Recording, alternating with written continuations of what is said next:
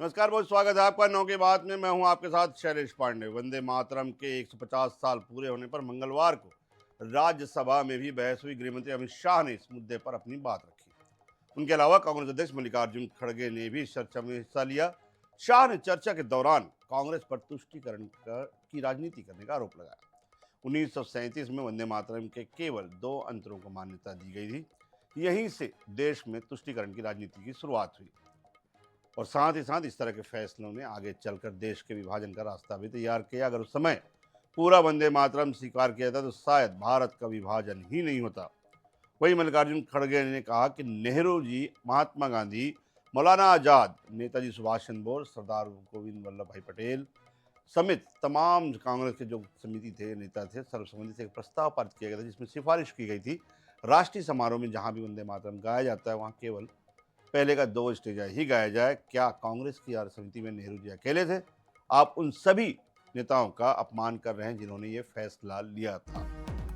तो वंदे मातरम को लेकर जो कल से जो संग्राम शुरू हुआ है सदन के भीतर, वो आज भी थमा नहीं है। लगातार पहले प्रधानमंत्री नरेंद्र मोदी, उसके ऊपर प्रियंका गांधी, फिर तमाम नेताओं के बाद आज राज्यसभा में अमित शाह ने इस पूरे मामले को लेकर एक बार फिर वही राग अलापा, वही सुर दोहराया जो कि कल प्रधानमंत्री नरेंद्र मोदी ने कहा था। सीधे तौर पर कांग्रेस को और देश के पहले प्रधानमंत्री पंडित जवाहरलाल नेहरू को इसके लिए उन्होंने फिर से कोसा।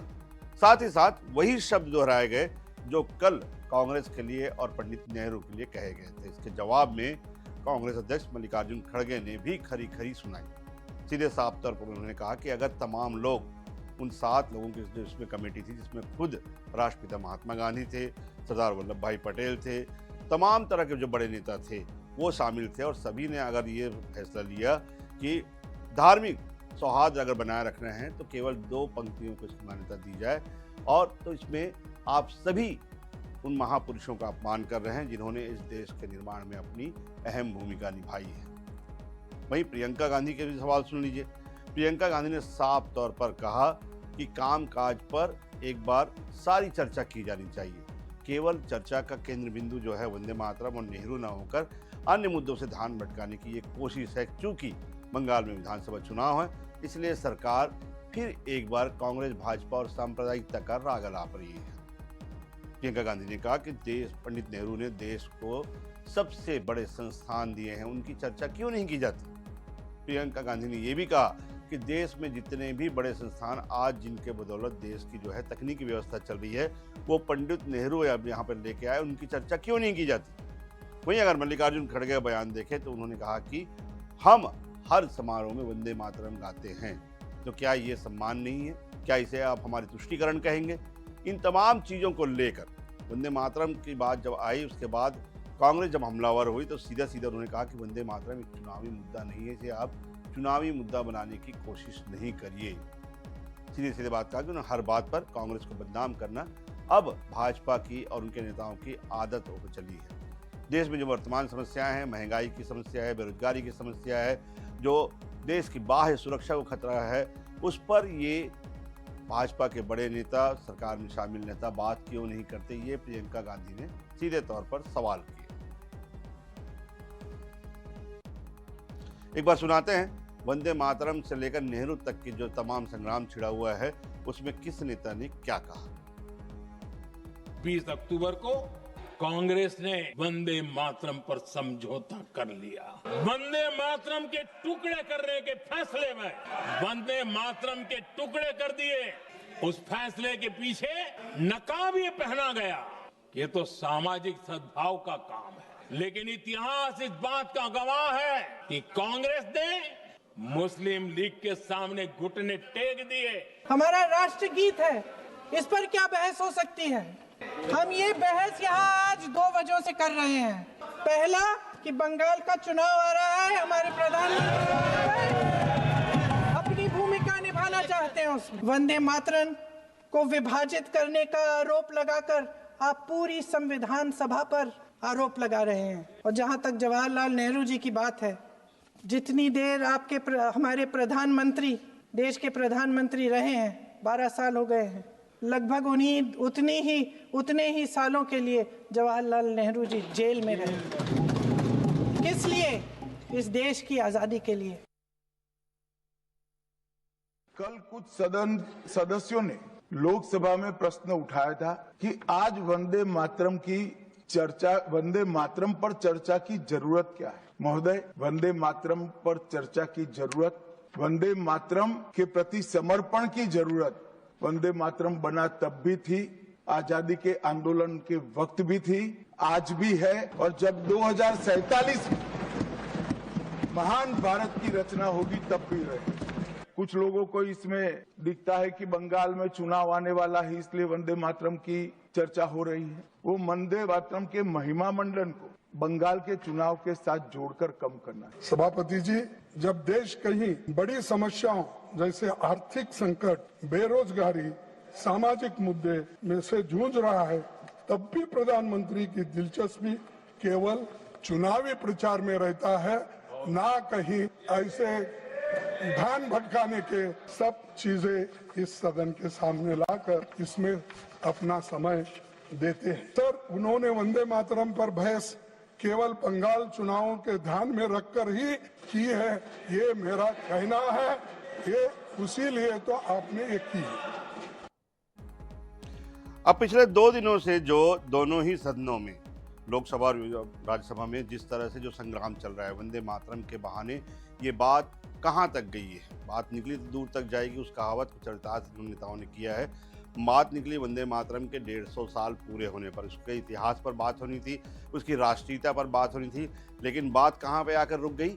पंडित नेहरू, देश के विभाजन, बंगाल चुनाव, अब इन तमाम चीज़ों पर। अब बताते हैं कि किस नेता ने क्या बयान दिया और उसके मायने क्या निकलते हैं। सबसे पहले प्रधानमंत्री, जो कि शुरुआती भाषण उनका था, उनका साफ कहना था वंदे मातरम अंग्रेजों को एक करारा जवाब था, एक नारा था जो देश के लोगों को प्रेरणा देता था।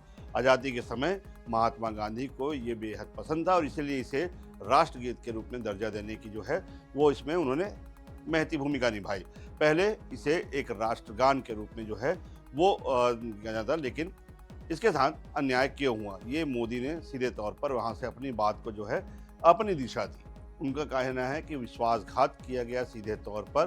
पहली विश्वासघात ये था कि उसे राष्ट्रगीत के रूप में जो है वो किया गया, जबकि उसे राष्ट्रगान बनना था। कौन सी ताकत थी जिसकी इच्छा पूज्य बापू की भावनाओं पर भी भारी पड़ी, यानी तुष्टीकरण। जिन्ना ने लखनऊ से 15 अक्टूबर 1936 को वंदे मातरम के खिलाफ नारा अपना बुलंद किया था। उसके बाद तत्कालीन अध्यक्ष जवाहरलाल नेहरू को अपना सिंहासन यानी प्रधानमंत्री की कुर्सी डोलती हुई दिखाई दी और इसके उन्होंने जवाब देने के बजाय वंदे मातरम की ही पड़ताल शुरू कर दी। कमेटी भी बनाई गई और उस कमेटी में जो है नेहरू जो है मुख्य भूमिका में रहे। 12 साल बतौर प्रधानमंत्री रहे। नेहरू ने आज़ादी के लिए इतना ही समय जेल में भी बिताया, लेकिन कभी उन्होंने इस बात को लेकर ये नहीं कहा कि वंदे मातरम का विरोध क्यों होता है। इसरो शुरू ना किया होता, ये तो प्रियंका गांधी के बात सुन लीजिए, उसमें जो उन्होंने पलटवार किया कि इसरो शुरू नहीं होता, DRDO शुरू नहीं होता, तमाम जो चीज़ें हैं ये प्रियंका गांधी ने मोदी को जवाब देते हुए कहा। IIT की बात हो गई, IIM की बात कर लें, तमाम जो IT सेक्टर में आज हम भारत जो है अपने आप को एक विश्व शक्ति मानता है उसकी बात कर लें, एम्स जो पूरे देश में एक पर्याय बना हुआ है सफल स्वास्थ्य सेवाओं के लिए, उसकी का बात हम कर लें। उसके साथ ही साथ उन्होंने कहा कि हमेशा वे देश के लिए जिए और देश की सेवा करते ही जो है उन्होंने अपने प्राणों की आहुति दी। संसद के कीमती समय का उपयोग, सबसे बड़ी बात प्रियंका गांधी ने जो कही कि संसद के कीमती समय जो है वो देश के अन्य मुद्दों पर बात करने के लिए है। इस समय बेरोजगारी, महंगाई, देश की आंतरिक सुरक्षा, बाह्य सुरक्षा, ये तमाम वो विषय है जिस पर बात करनी चाहिए। लेकिन चूंकि बंगाल चुनाव बेहद नज़दीक है और इसलिए अब सांप्रदायिकता की तरफ मतदाताओं का ध्यान खींचना, मतदाताओं को मोड़ना, ये भाजपा की आदत है। अमित शाह गृहमंत्री का भाषण सुन लीजिए।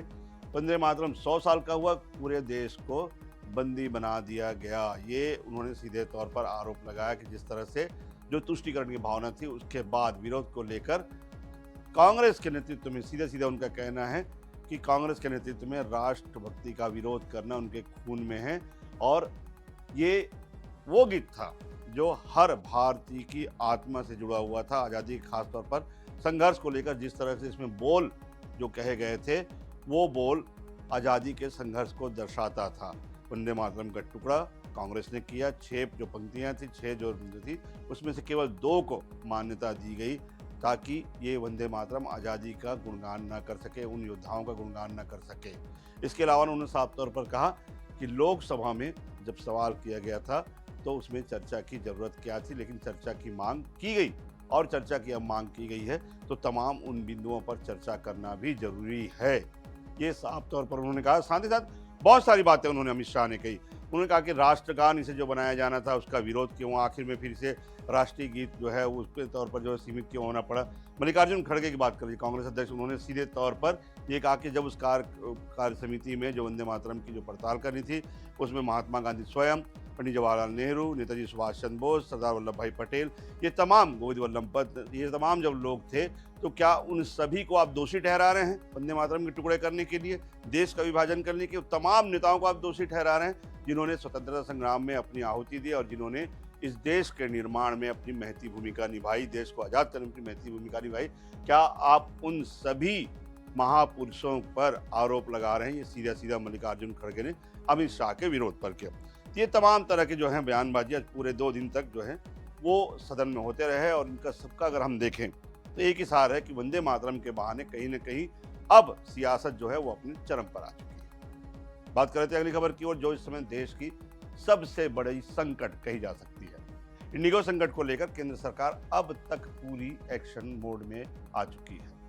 देश की सबसे बड़ी एयरलाइन पिछले 8 दिनों से लगातार फ्लाइट कैंसिलेशन और देरी के संकट से जूझ रही है। इस बीच सिविल एविएशन मंत्रालय की हाई लेवल मीटिंग में इंडिगो को 5% फ्लाइट्स कम करने का निर्देश दिया गया है, जिससे लगभग 115 उड़ानें रोजाना घट जाएंगी। इधर लोकसभा में नागरिक उड्डयन मंत्री राममोहन नायडू ने कहा सरकार इस मामले को बेहद गंभीरता से देख रही है। शुरुआती जांच में रोस्टरिंग और ड्यूटी शेड्यूल में गंभीर गड़बड़ियां सामने आई है। डीजीसीए ने इंडिगो के सीईओ समेत तमाम वरिष्ठ अधिकारियों पर शो कॉज नोटिस भी जारी किया है। उन्होंने आश्वस्त किया कि सुरक्षा से कोई समझौता नहीं होगा और जिम्मेदारों पर सख्त कार्रवाई भी की जाएगी। तो आपको बता दें, पिछले 8 दिनों से जिस तरह से प्रतिदिन रोजाना 500 से 600 फ्लाइटें कैंसिल हो रही है, हजारों की संख्या में यात्री परेशान हो रहे हैं, तो इसके बाद अब सरकार का एक बड़ा कदम सामने आया है। उन्होंने 5% फ्लाइट संख्या में कटौती की है। साथ ही साथ 10 बड़े एयरपोर्ट पर जिम्मेदार IAS राजपत्रित अधिकारियों की वहाँ पर ड्यूटी लगाई गई है, ताकि वहाँ पर जो पूरी व्यवस्था, जो पूरे सिस्टम है, जो पूरी मॉड्यूलेशन सिस्टम है, मैनेजिंग मॉनिटरिंग सिस्टम है, उस पर वो नज़र रख सके। इसके अलावा आपको बता दें, उन तमाम लोगों को जो है ये जिम्मेदारी दी गई है मॉनिटरिंग की कि किस तरह से जो भी इनका जो मॉनिटरिंग सिस्टम है, ऑपरेटिंग सिस्टम है, उसको वो बेहद ध्यान से देखे और कहाँ क्या गलतियाँ हो रही है उसकी रिपोर्ट सरकार को सौंपे। आपको बता दें, कल सुप्रीम कोर्ट ने इस मामले में सुनवाई के दौरान ये कहा था कि पहले सरकार इस मामले को गंभीरता से देखे, हम सरकार के कदम का इंतजार कर रहे हैं, उसके बाद हम इस मामले में दखल देंगे। चूँकि सरकार अपने एक्शन मोड में है, इसलिए सुप्रीम कोर्ट का दखल देना अभी उचित नहीं है। लेकिन ये मुसीबत लोगों की, आम लोगों की जो मुसीबत है वो कम होने का नाम नहीं ले रही है। प्रतिदिन 500 से 600 के बीच में फ्लाइट्स कैंसिल हो रही हैं। महज कुछ चुनिंदा फ्लाइटों को जो है वो डाइवर्ट किया गया है, रीरूट किया गया है, जिसकी वजह से लोगों को बेहद परेशानी का सामना करना पड़ा है। इंडिगो का दावा भी सुन लीजिए, इंडिगो अपने पैर पर वापस आ गई, ये सीईओ का कहना है और साथ साथ कहना है उनका कि हमारा जो ऑपरेटिंग सिस्टम है वो दोबारा स्टेबल हो चुका है, अब किसी तरह की परेशानी अगले कुछ घंटों में नहीं आएगी, ये उनका दावा है। साफ तौर पर इंडिगो कह रही है कि जो हमारे ऑपरेटिंग सिस्टम जो है वो ख़राब हुआ था, उसे अब सुधार लिया गया है। तो ये तमाम तरह के इंडिगो के दावे हैं। अब नियम कानून की अगर हम बात करें, जिन नियम कानूनों का इंडिगो द्वारा हवाला दिया जा रहा है, उन नियम कानूनों की बात कर लें तो क्या नियम कानून कहते हैं। सबसे डीजीसीए का FDTL जो है वो क्या था कि कम थकान हो, सुरक्षित उड़ान हो, पायलटों की थकान कम करने के लिए उड़ान सुरक्षा के लिए कदम उठाए जाएंगे, ये नियम कहता है डीजीसीए के तमाम जो साफ तौर पर। साथ ही साथ अनिवार्य साप्ताहिक आराम 36 घंटे से बढ़ाकर 48 घंटे किए गए।